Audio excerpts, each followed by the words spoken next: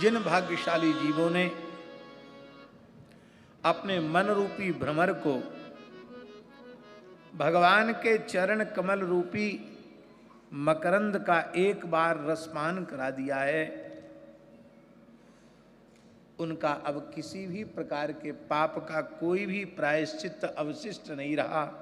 सकृन मनः कृष्ण पदारविंद, सकृत एक बार श्री कृष्ण के चरण कमल मकरंद का स्वाद जिसने अपने मन रूपी भौरे को प्राप्त करा दिया है, उसके संपूर्ण पापों का प्रायश्चित हो गया।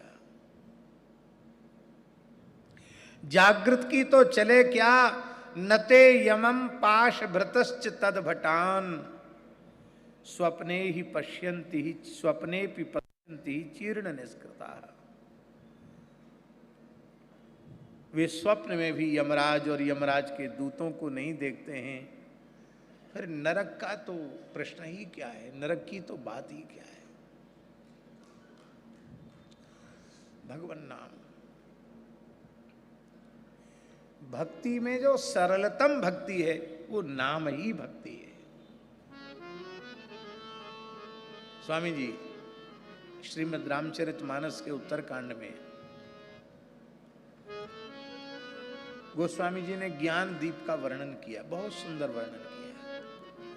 उस पूरे प्रकरण को ठीक से पढ़ना चाहिए, सुनना भी चाहिए, बहुत अद्भुत, ऐसा वर्णन अन्यत्र कहीं उपलब्ध नहीं।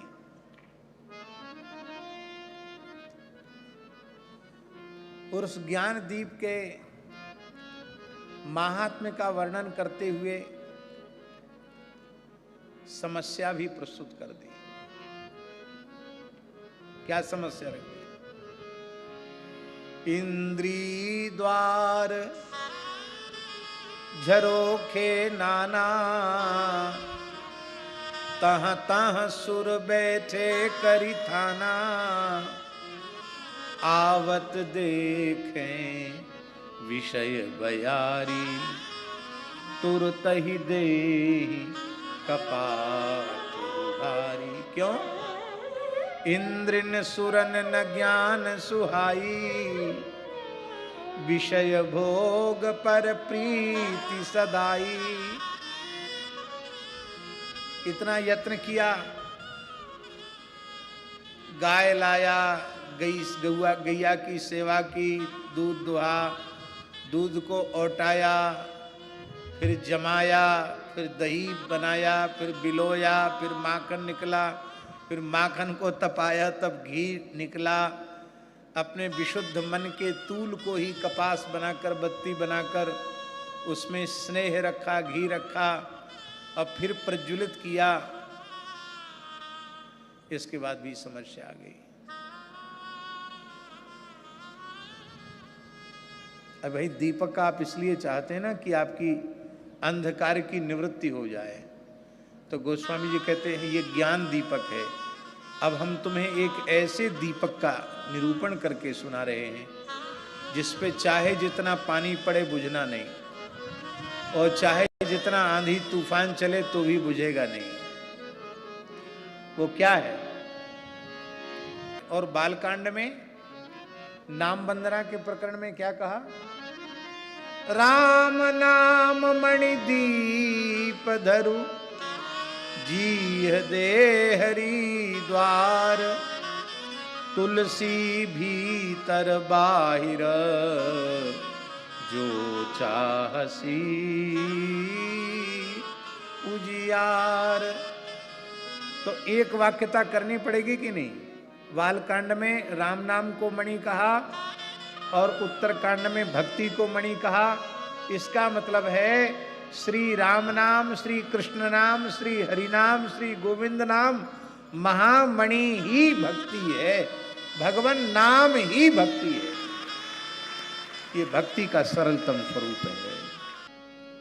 इसलिए जो ज्ञान मार्ग का अधिकारी नहीं, जो निष्काम कर्मयोग का भी अधिकारी नहीं, जो अष्टांग योग का भी अधिकारी नहीं, जो भक्ति योग का भी अधिकारी सिद्ध नहीं होता, वह केवल भक्ति के सरलतम स्वरूप नाम योग का आश्रय ले। केवल वैखरी वाणी से, जिह्वा से भगवान के नाम का उच्चारण करो। बस करने लग जाए, धुन लगा दे। नाम के सावन सिरजन होई, कुमति मैल सब डारे धोई। अब गुदरी की करहु सियारी, दाग न लागे देख विचारी। नाम की बड़ी महिमा है। यद्यपि अजामिल ने अपने ब्रह्मत्व का नाश कर दिया था, कौन सा ऐसा दुष्कर्म था जो अजामिल के द्वारा हजारों हजारों बार न किया गया हो। वह पवित्र ब्राह्मण था। वैदिक ब्राह्मण कुल में, कान्यकुब्ज विप्र कुल में उसका जन्म हुआ था। गर्भाधान से लेकर उपनयन तक सारे संस्कार वैदिक पद्धति से हुए थे। उपनयन संस्कार के बाद गुरुकुल में जाकर बृहद व्रत, ब्रह्मचर्य व्रत का पालन करते हुए षडंग वेद का स्वाध्याय किया था। विधिवत समावर्तन संस्कार पूर्वक शास्त्रीय विधि से गृहस्थाश्रम में प्रवेश किया था। और ब्राह्मण गृहस्थ में प्रवेश अग्निहोत्र की रक्षा के लिए करता है। वह आहिताग्नि ब्राह्मण था, अग्निहोत्री ब्राह्मण था अजामिल। उसके जीवन में कोई पाप नहीं था। और आज अपने अग्निहोत्र के कार्य के संपादन के लिए जंगल से समिधा लेने गया था। वहीं कुछ नाच गान का शब्द सुनाई पड़ा। समझ में आ गया कि कोई कथा कीर्तन का शब्द नहीं है। कुछ लोग लोकगीत गा रहे हैं, बजा रहे हैं, नाच रहे हैं, पर पाप तो नहीं था। पाप की मलिन वासना तो भीतर थी, अनंत जन्मों से रहती है। चला गया वहां देखने के लिए। कुछ दुष्ट पुरुष नशा पी करके एक वेश्या के साथ नाच गान कर रहे थे। जो दृश्य अपनी इंद्रियों को, अपने मन को विकृत कर देने वाला है, ऐसे दृश्य को साधक को न देखना चाहिए न सुनना चाहिए। प्रार्थना करते हैं हम लोग, भद्रं कर्णे शृणुयाम देवा, भद्रं पश्येमाक्षभिः जजत्राः स्तरीरंगैस्तुष्टुवाग्गुं सस्तनूर्भिभ्यसे महिदेवहितं जदायुः। जो सुनने योग्य कल्याणकारी बातें हैं वही हम सुने, जो देखने योग्य है वही हम देखें, कल्याण को ही देखें।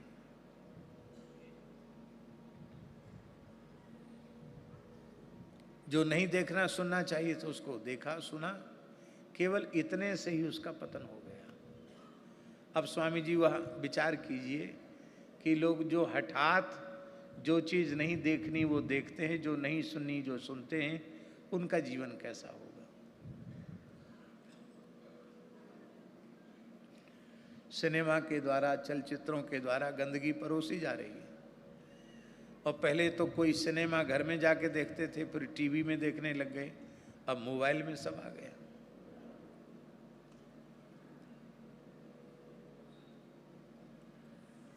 इसलिए यदि ईमानदारी से आप अपने मानव जन्म को सफल बनाना चाहते हैं तो निश्चय करना पड़ेगा, अवलो नसानी अवना नशे हो, ये निश्चय करना पड़ेगा।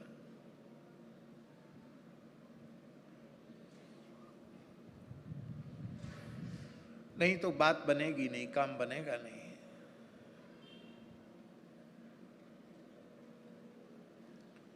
यहाँ ऊपर बैठे हैं हम, यहाँ से थोड़ा नीचे गिरे तो चोट तो लगेगी, बहुत ज़्यादा चोट नहीं लगी। इतने ऊपर से और नीचे गिरे तो और अधिक चोट लगेगी। और 10-20 मंजिल से ऊपर से नीचे गिर जाए तो तब तो सर्वनाश ही हो जाएगा। इसी प्रकार से ब्राह्मण कुल में जन्म लेना उच्चता के सर्वोच्च शिखर पर समासीन होना है। 2 हाथ पैर वाले मनुष्यों में ब्राह्मण साक्षात भगवान की विभूति है। इससे मनुष्य मत मानो, ये साक्षात भगवान है।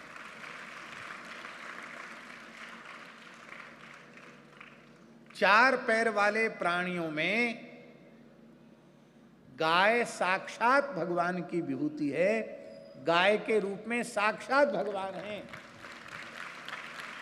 इसमें अन्य बुद्धि न रखो। महाराज जी दास ने स्वयं गोतंत्र नामक ग्रंथ में पढ़ा है, उसमें लिखा है भगवान शंकर पार्वती जी से कह रहे हैं,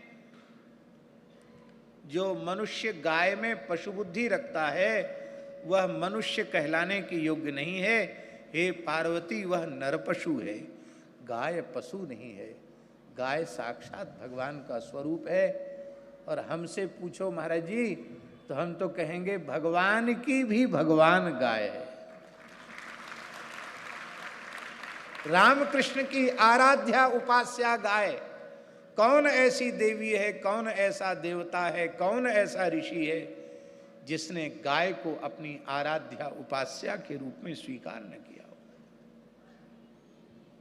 ब्राह्मण का पद सर्वोच्च शिखर है। इसलिए भगवान ने सावधान किया है, ब्राह्मणस्य शरीरोयम क्षुद्र कामाय नेष्यते कृच्छ्राय तपसे चेह प्रेत्यानंत सुखाय च। ब्राह्मण के महात्म्य का इसलिए वर्णन नहीं है कि ब्राह्मण अहंकार में भर जाए। ब्राह्मण का महात्म्य इसलिए है कि हम सावधान हो जाएं, अपने स्वरूप को संभालें। ये ब्राह्मण का शरीर क्षुद्र कर्म करने के लिए नहीं है, भोगों का त्याग करके कष्ट पूर्वक तप करने के लिए और अनंत ब्रह्मानंद की प्राप्ति के लिए भगवान ने हमें ब्राह्मण कुल में जन्म दिया है।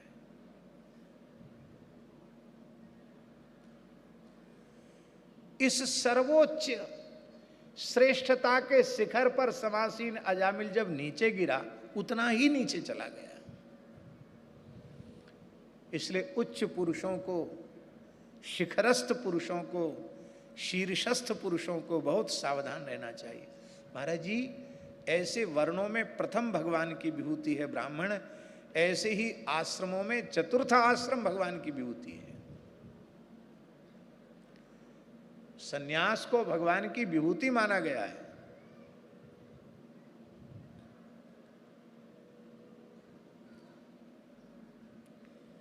नमो नारायणाय कह के हम सन्यासी को प्रणाम करते हैं, और सन्यासी भी आशीर्वाद में नारायण बोलता है।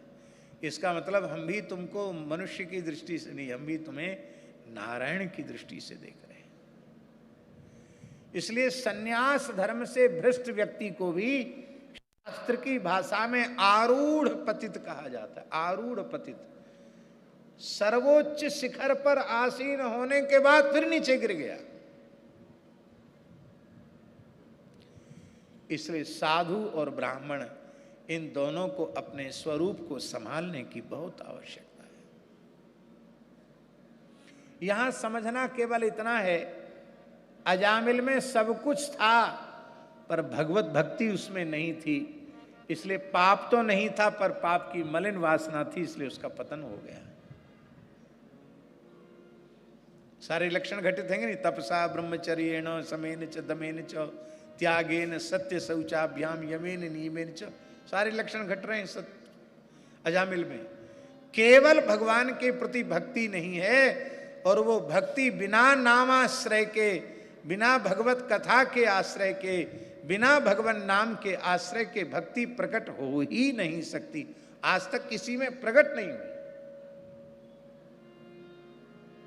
नाम की बहुत बड़ी महिमा है।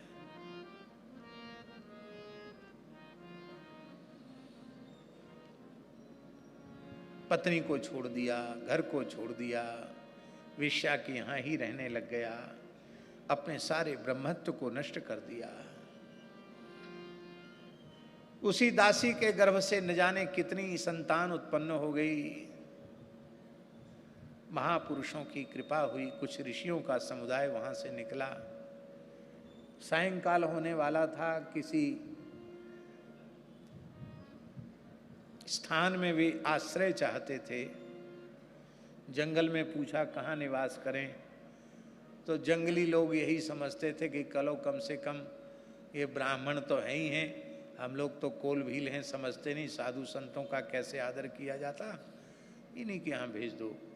अजामिल के यहाँ भेज दिया, अथवा ऐसा समझें कि उपहास पूर्वक भेज दिया। वहाँ पहुँचते ही ऋषियों को, संतों को समझ में आ गया कि ये था तो ब्राह्मण जरूर, पर इसने अपने ही द्वारा अपने ब्रह्मत्व का सर्वथा विनाश कर लिया है। इसको कोई साधन बताएंगे तो ये करेगा नहीं, इससे साधन बनेगा नहीं। एक रात्रि संतों ने वहां विश्राम किया, खाया पिया कुछ भी नहीं। प्रातःकाल जब संत चलने लगे तो अजामिल संत दरस जिमि पातक टरई, अजामिल ने कहा महाराज मैं तो बहुत पतित ब्राह्मण हूँ, मेरा अब उद्धार कैसे होगा।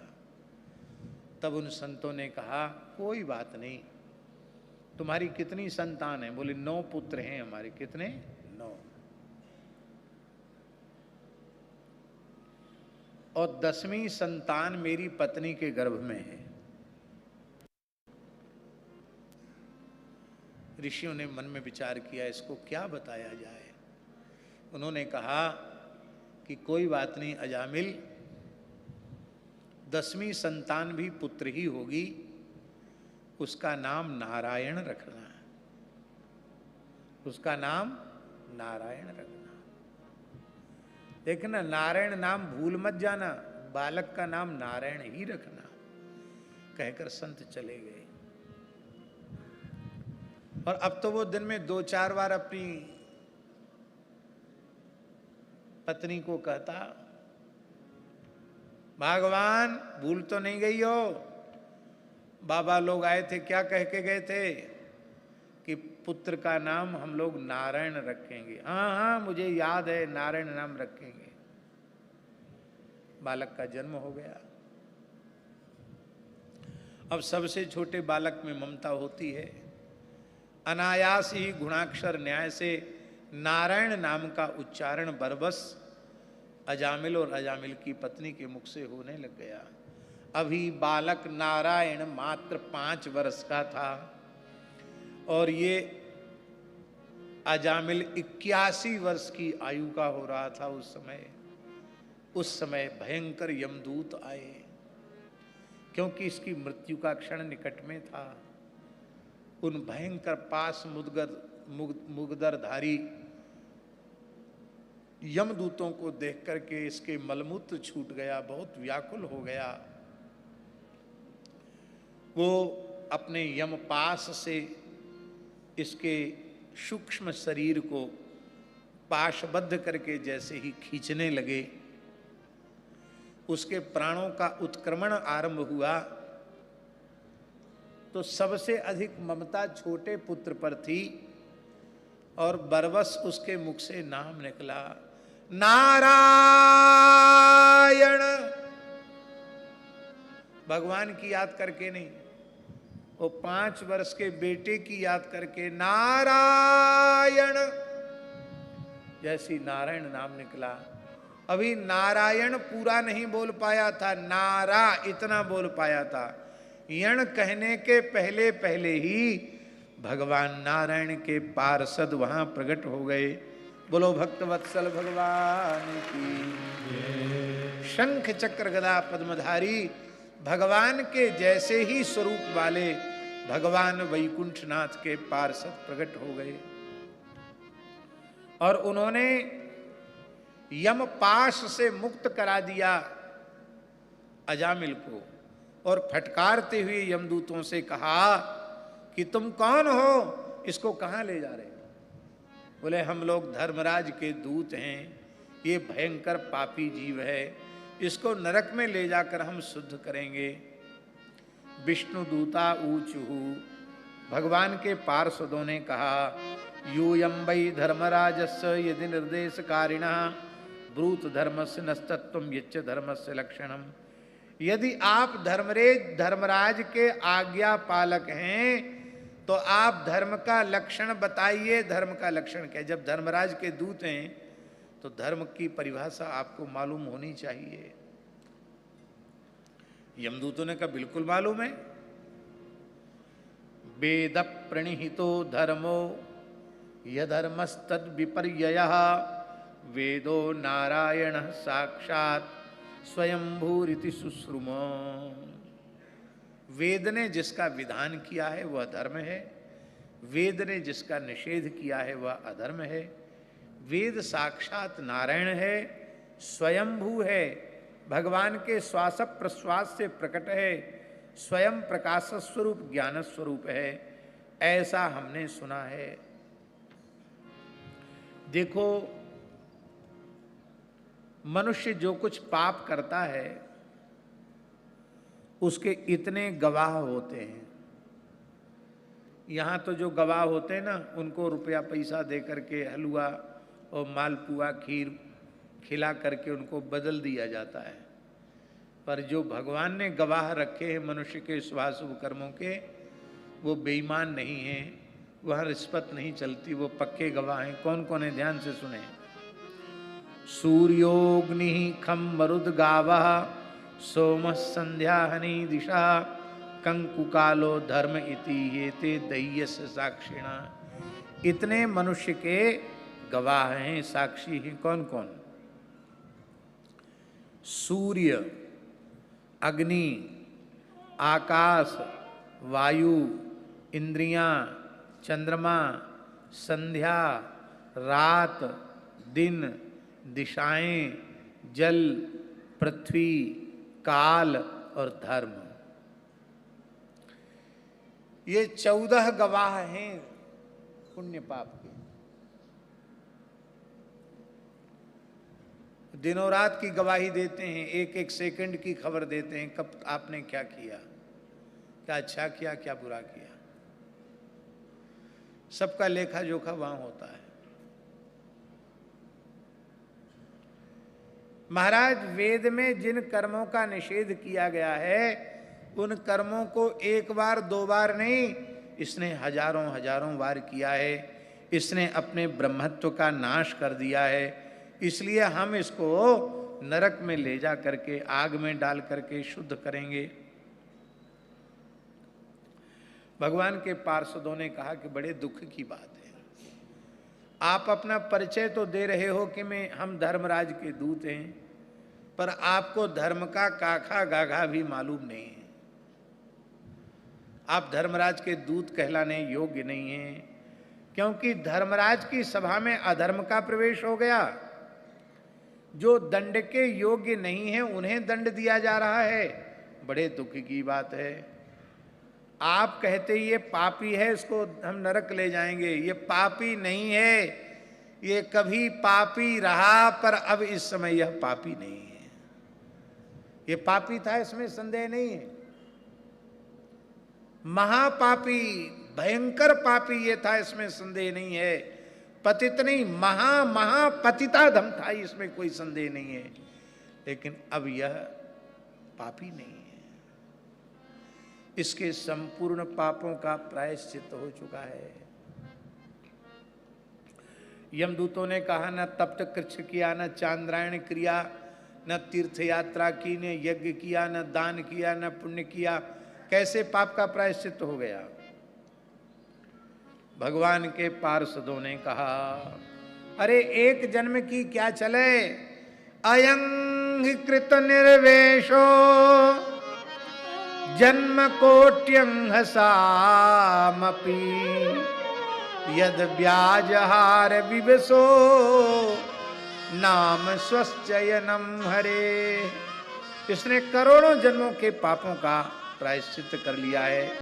विवश होकर परम मंगलमय भगवान के नाम का उच्चारण किया। भगवान के पार्षदों ने कहा, इसने नाम का उच्चारण किया है। यमदूतों ने कहा, महाराज नाम का उच्चारण किया होता तो जरूर निष्पाप हो जाता, पर इसने नाम का उच्चारण नहीं किया। इसने तो अपने पुत्र का नाम लिया। भगवत पार्षद हंसने लग गए। उन्होंने कहा, रे मूर्खो, नारायण शब्द का अर्थ क्या अजामिल पुत्र में घटित हो सकता है? नारायण शब्द का अर्थ क्या है? नार माने होता नारो जीव समूह, जीव समूह का नाम है नार। और उस नारो जीव समूह तेषाम अयनम, उन जीवों का जो अयन माने आश्रय दाता हो, उसे नारायण कहते हैं। माने जीव जगत का जो परमाश्रय प्रदाता है वो नारायण है।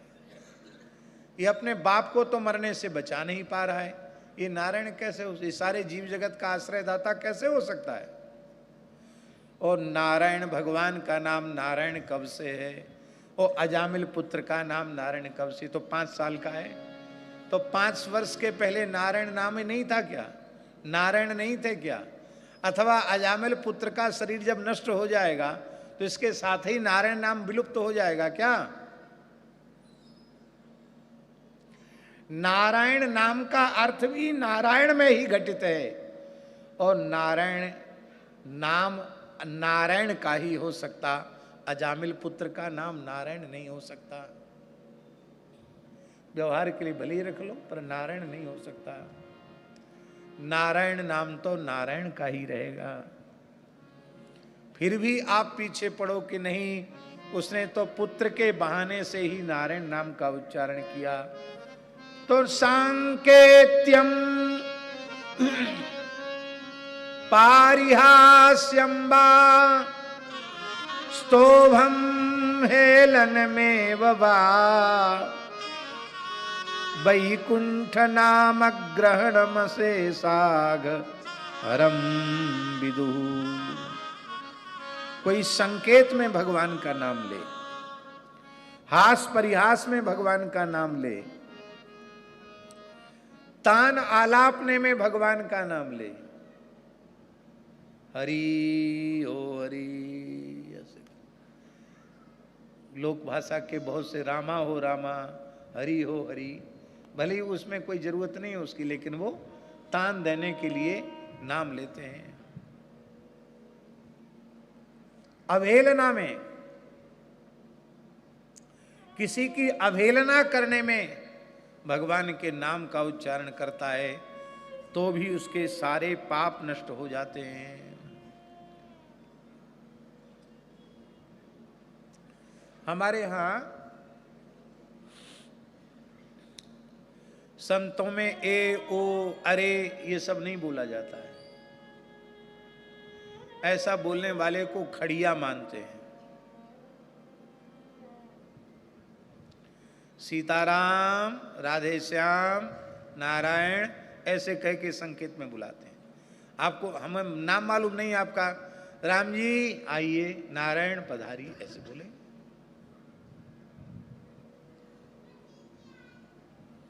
हास परिहास में भी भगवान का नाम।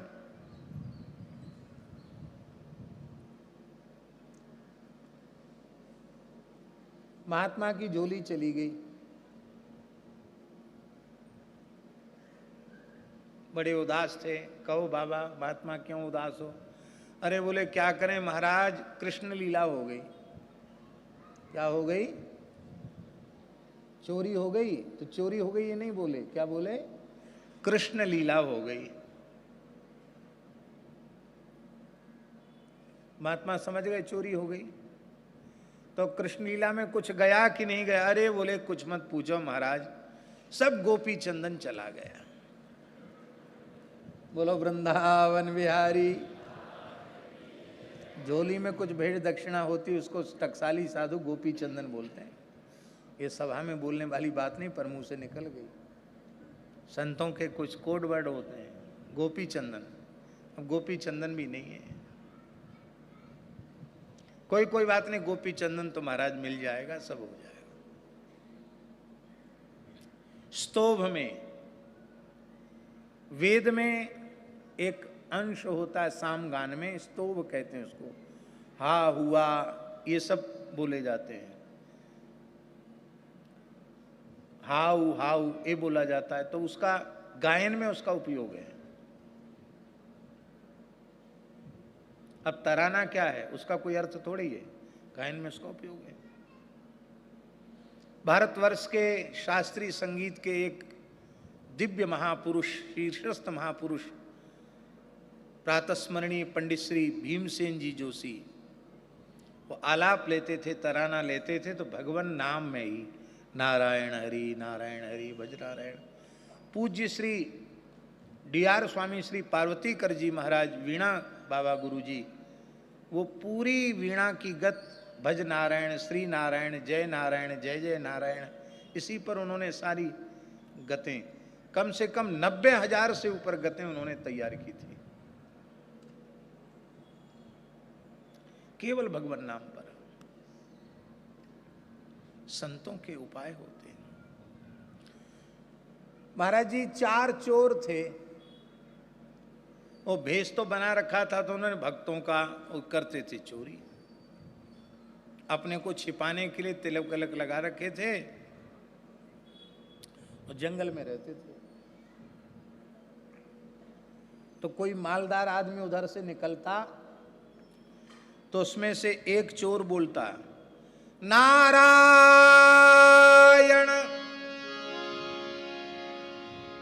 नारायण माने संकेत सुन लो, जहां कहीं हो सावधान हो जाओ, कोई आ रहा है मालदार आदमी। तो फिर दूसरा आदमी उसके पास चला जाता, उसको पकड़ लेता, देख लेता। तो पहले लोग पेट में कलदार, सोने के सिक्का, चांदी के कलदार सब बांध के चलते थे पेट में। तो वो दूसरा कहता दामोदर। दामोदर माने इसके कमर में पैसा है। तो तीसरा कहता था आगे चलने पर वासुदेव। वासुदेव भगवान का नाम है, पर वासुदेव का अर्थ उन्होंने लिखा बांसदेव। अब मारो लाठी, भागने मत दो इसको। फिर चौथा आता था, अरे अरे छोड़ो छोड़ो छोड़ो छोड़ो, माल पानी तो मिली, भगाओ इसको, क्यों मारते, क्यों, छोड़ो। वो चौथा कहता था हरि हर। वो चारों चोर पानी बरस रहा था, एक महुआ के पेड़ के नीचे खड़े थे और रिहर्सल कर रहे थे, पूर्वाभ्यास। एक बोला नारायण, दूसरा बोला दामोदर, तीसरा बोला वासुदेव, चौथा बोला हरि हर। और स्वामी जी उसी समय बिजली गिरी और चारों मर गए। तो नामोच्चारण के बाद कोई पाप उनसे बना नहीं, और इस नामोच्चारण के एक क्षण पूर्व के सारे पाप नष्ट हो गए। वो वे चारों विमान में बैठकर भगवान के धाम को गए।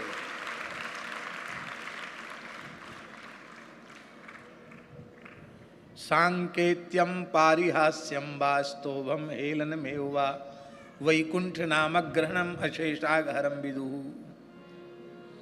महात्मा लोग पहले हास परिहास में भी भगवान की लीला का ही स्मरण करते हैं। मिथिला की घटनाएं महाराज जी, मिथिला में एक गौड़ीय संप्रदाय का स्थान है बेनीपट्टी। बेनीपट्टी वाले महाराज जी भगवत प्राप्त संत थे, बड़े उच्च कोट के रसिक थे। और बिहार कुंड वाले महाराज जी, जनकपुर बिहार कुंड वाले महाराज जी, वो भी परम रसिक थे।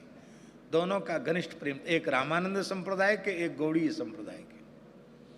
बेनीपट्टी में बहुत अच्छी साधु सेवा होती थी, हम भी वहाँ प्रसाद पाके आए। अभी भी साधु सेवा होती, कोई साधु चला जाए।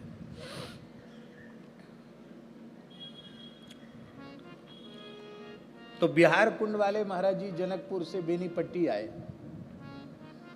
और बेनीपट्टी वाले महाराज जी सवेरे सवेरे प्रभाती कर रहे थे। देखा महाराज जी आ रहे हैं, तुरंत उन्होंने कुल्ला वगैरह किया।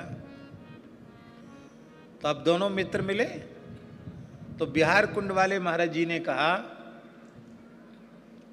क्या मिथिला में जन्म लेकर चोर का भजन करने वाले हो गए। चोर माने कृष्ण, चोर की भक्ति करते हो। तो उन्होंने कहा कि हम मिथिला में जन्म लेकर चोर की भक्ति करते हैं और आप कोई हमसे कमजोर हैं? आप मिथिला में जन्म लेकर डकैत की भक्ति करते हैं। हम चोर के भक्त तो आप डकैत के भक्त। बोले आपने हमारे राम जी को डकैत कैसे कहा? बोले आपने हमारे कृष्ण को चोर कैसे कहा? बोले तो दुनिया में प्रसिद्ध है, ब्रजे प्रसिद्धम नवनीत चौरम गोपांगना नाम चदकूल चौरम अनेक जन्मार्जित पाप चौरम चौराग्रगण्यम पुरुषम भजामी अथवा नमामि। अरे बोले जो चोरी करे वो चोर और जो दिन दहाड़े लूट ले वो डकैत। मिथिला में अपनी रूप माधुरी की मोहनी डालकर दिन दहाड़े मिथिला वासियों को लूट लिया। हमारे राम जी तो डकैत हैं। आपके राम जी तो वो रात में चोरी नहीं करते, तो दिन दहाड़े अपने रूप के जादू को बिखेर करके लूट लेते हैं। इतना सुनते ही दोनों महापुरुष हंसे। बोले तब कोई बात नहीं, फिर तो चोर डकैत मोसेरे भाई, ऐसा कहकर एक दूसरे के गले से लग गए। अब न कृष्ण चोर हैं न राम जी डकैत हैं, पर अब देखो विनोद है संतों का, पर उस विनोद में भी भगवान की लीला का स्मरण है। पुराने संतों की तो भाषा ही ऐसी होती थी, हर बात में राम इच्छा से, राम कृपा से, राम जी की दया से। एक महात्मा थे, वृंदावन में श्री सुदामा कुटी में रहते थे, श्री मणिराम छावनी के शिष्य थे, बहुत अच्छे संत थे। उनका नाम था श्री गंगादास जी। एक छत्ता वाले गंगादास जी अलग, ये दूसरे गंगादास जी। सुदामा कुटी में रसोई बनाते थे। हमने उनका दर्शन किया है। सालों भर रहते यहाँ, रामनवमी के समय चले जाते अयोध्या जी। उसमें गंगा जमुना ट्रेन चलती थी, मथुरा से मिल जाती थी गंगा जमुना, अयोध्या तक जाती थी। बैठ गए महात्मा, टिकट नहीं लिया। राम जी की गाड़ी टिकट क्यों ने, बिना टिकट चढ़ गए। कासगंज के आसपास मजिस्ट्रेट चेकिंग हो गई, बाबा पकड़े गए। है बाबा होकर चोरी करते हो, कहां से आए हो? तुम्हारी रिपोर्ट लिखाई जाएगी, जेल जाना पड़ेगा। मजिस्ट्रेट ने बयान लिए तो वो संत बोले, राम इच्छा से अपने राम सुदामा कुटी वृंदावन में रहते, राम इच्छा से रसोई बनाते हैं, राम इच्छा से अपने राम छावनी के चेला हैं, राम इच्छा से हमारा गुरु स्थान है, रामनवमी राम इच्छा से जाते हैं, राम इच्छा से कुछ साल भर में कुछ पूजा पत्री मिलता है, कुछ भेंट दक्षिणा मिलता है, तो गुरु स्थान में जाकर कुछ गुरु महाराज को भेंट करते हैं, आ जाते हैं। और थोड़ा मोड़ा पैसा ज़्यादा मिलता नहीं, वही किराए में खर्च कर दें तो राम इच्छा से फिर क्या वहाँ सेवा करेंगे जाके। तो राम इच्छा से ट्रेन तैयार थी, राम इच्छा से हम बैठ गए, राम इच्छा से आपने पकड़ लिया, राम इच्छा से आप गाली मत दीजिए, राम इच्छा से आपको जो करना हो सो कर दीजिए। इतना सुनते ही मजिस्ट्रेट बोला, राम इच्छा से ही आपने सब काम किया, अपनी इच्छा से तो कुछ किया नहीं। तो राम इच्छा से ट्रेन खड़ी है, आप बैठिए जाइए।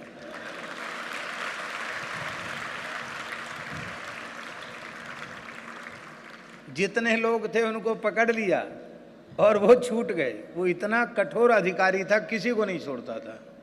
और राम इच्छा राम इच्छा राम इच्छा 10-20 बार सुनते ही वो प्रसन्न हो गया। बोले बाबा आप सीधे साधे हो। एक कर्मचारी को बोला, पुलिस वाले, जाओ बाबा को अच्छी जगह ट्रेन में बिठा के अब जाओ, जाओ बाबा जाओ।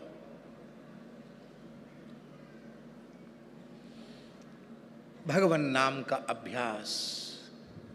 भागवत के 12वें स्कंद में लिखा है, पतितस खलितस चारतः क्षुत्वा वा विवसो ब्रुवन् हरे नम इत्युच्चैर मुच्यते सर्व किल विषयी। पतिता गिर करके, फिसल करके, छींक करके, जमाई लेकर के हरे नमः, परमात्मने नमः, नारायणाय नमः इत्यादि प्रकार से भगवान का नाम लेता है, वो संपूर्ण पापों से मुक्त हो जाता है। भगवान के पार्षदों ने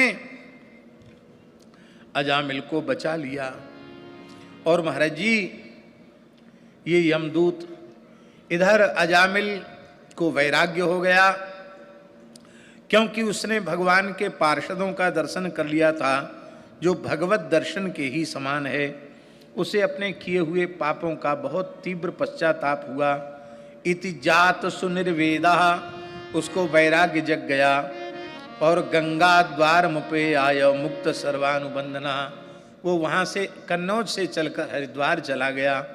और हरिद्वार में उसने गंगा जी का आश्रय लेकर केवल नारायण नाम जप करना आरंभ किया।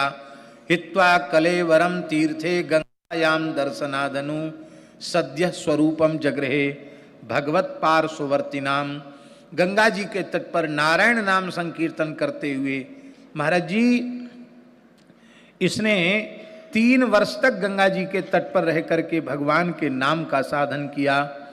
और अंत में वह भगवान के पार्षद देह को प्राप्त करके भगवान के धाम को चला गया। बोलो श्री भक्तवत्सल भगवान की जय। ऐसा अद्भुत यह चरित्र है। म्रियमाणो हरेर नाम गृणन पुत्रोपचारितम अजामिलोप्यगाध धामो किम पुनः श्रद्धया गृणन। पुत्र के बहाने से नारायण नाम लेने वाला अजामिल मुक्त हो गया, फिर श्रद्धा पूर्वक कोई भगवान के नाम का उच्चारण करे तब तो कहना ही क्या। कई साल पुरानी बात है, लगभग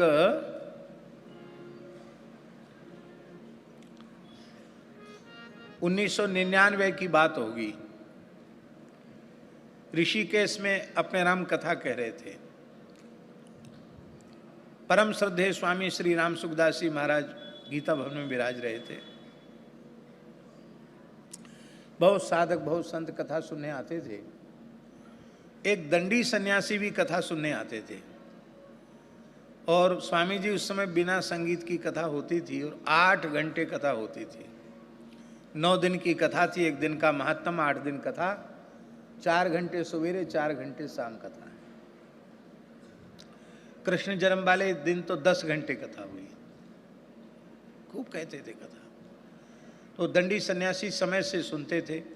तो जिस दिन अजामिल का चरित्र हुआ, वो महाराज हमारे पीछे पीछे चल के हमारे निवास तक आए। हमसे बोले, महाराज आपने कथा बहुत अच्छी सुनाई, पर अजामिल की पत्नी के उद्धार की बात, उसके बच्चों के उद्धार की बात नहीं सुनाई। हमने कहा, महाराज ये तो हमने खुद ही नहीं सुनी, तो हम क्या सुनावें? भागवत जी में कहीं इसका संकेत नहीं है। अरे बोले, सब बात थोड़ी पोथी में लिखी जाती है, कुछ महात्माओं से भी सुनना चाहिए। तो उन दंडी सन्यासी जी ने एक बात हमको बताई जो हमने कहीं आज तक पढ़ी नहीं, सुनी नहीं, पर संत के मुख से सुनी हुई बात है, इसलिए आपको सुना रहे हैं। अजामिल जब भगवान के वैकुंठ धाम में पहुंचा और भगवान की गोद में बैठ गया, तो भगवान बड़े प्रसन्न हो रहे थे। देखो मेरे नाम की महिमा, पुत्र के बहाने से नारायण नाम लेने वाला अजामिल भी आज मेरी गोद का अधिकारी हो गया, मेरे वैकुंठ का अधिकारी हो गया। लक्ष्मी जी ने कहा, क्यों इतने फूल रहे हो आप गर्भ में? आपकी कृपा अधूरी है। आपने अजामिल का उद्धार तो कर दिया, पर इतने 3 वर्ष तक लगातार नाम जप करके आपके धाम को प्राप्त करने वाला नामाश्रयी अजामिल, उसका कुटुंब आज भी नरक में पड़ा यातना भोग रहा है। वो दासी और उसकी संतान सब नरक में पड़े हुए हैं। आपने उनका उद्धार नहीं किया। आप तो प्रणत कुटुंब पाल रघुराई है। अरे भाई, वो भी तो कम से कम दिन में 10-20 बार नारायण नाम तो लेती थी, वो नरक क्यों गई? आहा, उन संत की बताई हुई बात है स्वामी जी। भगवान का हृदय भराया। बोले, हे भगवती महालक्ष्मी, ऐसी करुणा तो माता के हृदय में ही हो सकती है। आप सबकी माँ है ना। अब अजामिल का उद्धार तो हमने कर दिया, अब अजामिल की पत्नी और उसकी संतान का उद्धार आप कर दीजिए। तो उस संत ने बताया, महाराज जी, नागर जी, कि गरुड़ पर बैठकर लक्ष्मी जी नरक गई और वहां जैसी गरुड़ जी के पंखों से नारायण नाम की ध्वनि निकली, वो अजामिल नहीं, जितने पापी थे सब मुक्त हो गए। सबको लेकर के भगवान के धाम को आ गए। अब ये कहीं पोथी में तो हमने पढ़ा नहीं, पर संत से सुनी हुई बात हम निवेदन कर रहे हैं। भगवान के नाम की अनंत महिमा है। विनय पत्रिका में तो इतने पद हैं नाम महिमा के, तुलसीदास जी ने नाम वंदना में इतना कुछ कहा है, उसका वर्णन नहीं किया जा सकता, अद्भुत है। जय जय श्री सीताराम। अब यमदूत गए, यमलोक अपने पास मुगदर आदि सब पटक दिए यमराज के सामने। बोले महाराज पहले तो ये बताइए कि शासक कितने हैं संसार में। हम तो यही समझते थे कि मरने वाले पर आपका शासन चलता है, पर अब आपका शासन धरती पर नहीं है। हम एक पापी को लेने गए थे और वहां से कुटाई पिटाई होके वापस आना पड़ा, हम उसे नहीं ला सके। इतना सुनते ही यमराज ने कहा कि इसके आगे मत बोलना, नहीं तो भगवान के नाम का तिरस्कार, भगवान के भक्तों का तिरस्कार, भागवत धर्म का तिरस्कार हो जाएगा। तुमने जो कहा है कि आपके अतिरिक्त जगत में कितने शासक हैं, मैं शासक नहीं हूं, शासक तो जीव जगत के श्रीमन नारायण हैं, मैं उनके चरण कमलों का दास हूं। यम उवाच परो मदन्यो जगतस्तुखश्च ओतम प्रोतम पटवद्यत्र विश्वम यदंसतोस्य स्थिति जन्मनासा नश्योत वद्यस्य वसे च लोका। हम 12 लोग भागवत धर्म के ज्ञाता हैं। स्वयंभूर नारद शंभु कुमार कपिलो मनु प्रहलादो जनको भीष्मो बलिर्वैयासकिर्वयम् द्वादशैते विजानीमो धर्मं भागवतं बटा गुह्यं विशुद्धं दुर्बोधं यजिज्ञात्वामृतमश्नुते। ब्रह्मा जी, नारद जी, शंकर भगवान, सनकादिक भगवान, कपिल भगवान, मनु जी, प्रहलाद जी, जनक जी, भीष्म जी, बलि जी, वैयासिकी माने सुखदेव जी, वयम माने श्री यमराज। अब यहाँ एक बात है, बलिर्वैयासकिर ह्यहम् ये भी कहा जा सकता था। स्वयं के लिए वयम नहीं कहते हैं, स्वयं के लिए अहम कहा जाता है, ह्यहम् कहा जा सकता था, पर यहाँ यमराज ने वयम कहा, माने हम और हमारे होने वाले भविष्य में अवतार, ये सबके सब तो होने वाले जो 12 भागवतों के समय समय पर अंशावतार हुए, जैसे शंकर शंकरो साक्षात, शंकर भगवान ही शंकराचार्य के रूप में आए, और भी बहुत से प्रमाण हैं। तो होने वाले जो इन 12 महाभागवतों के धर्म रक्षण के लिए होने वाले जो अवतार हैं, उनका भी स्मरण वयम कह करके श्री यमराज कह रहे हैं।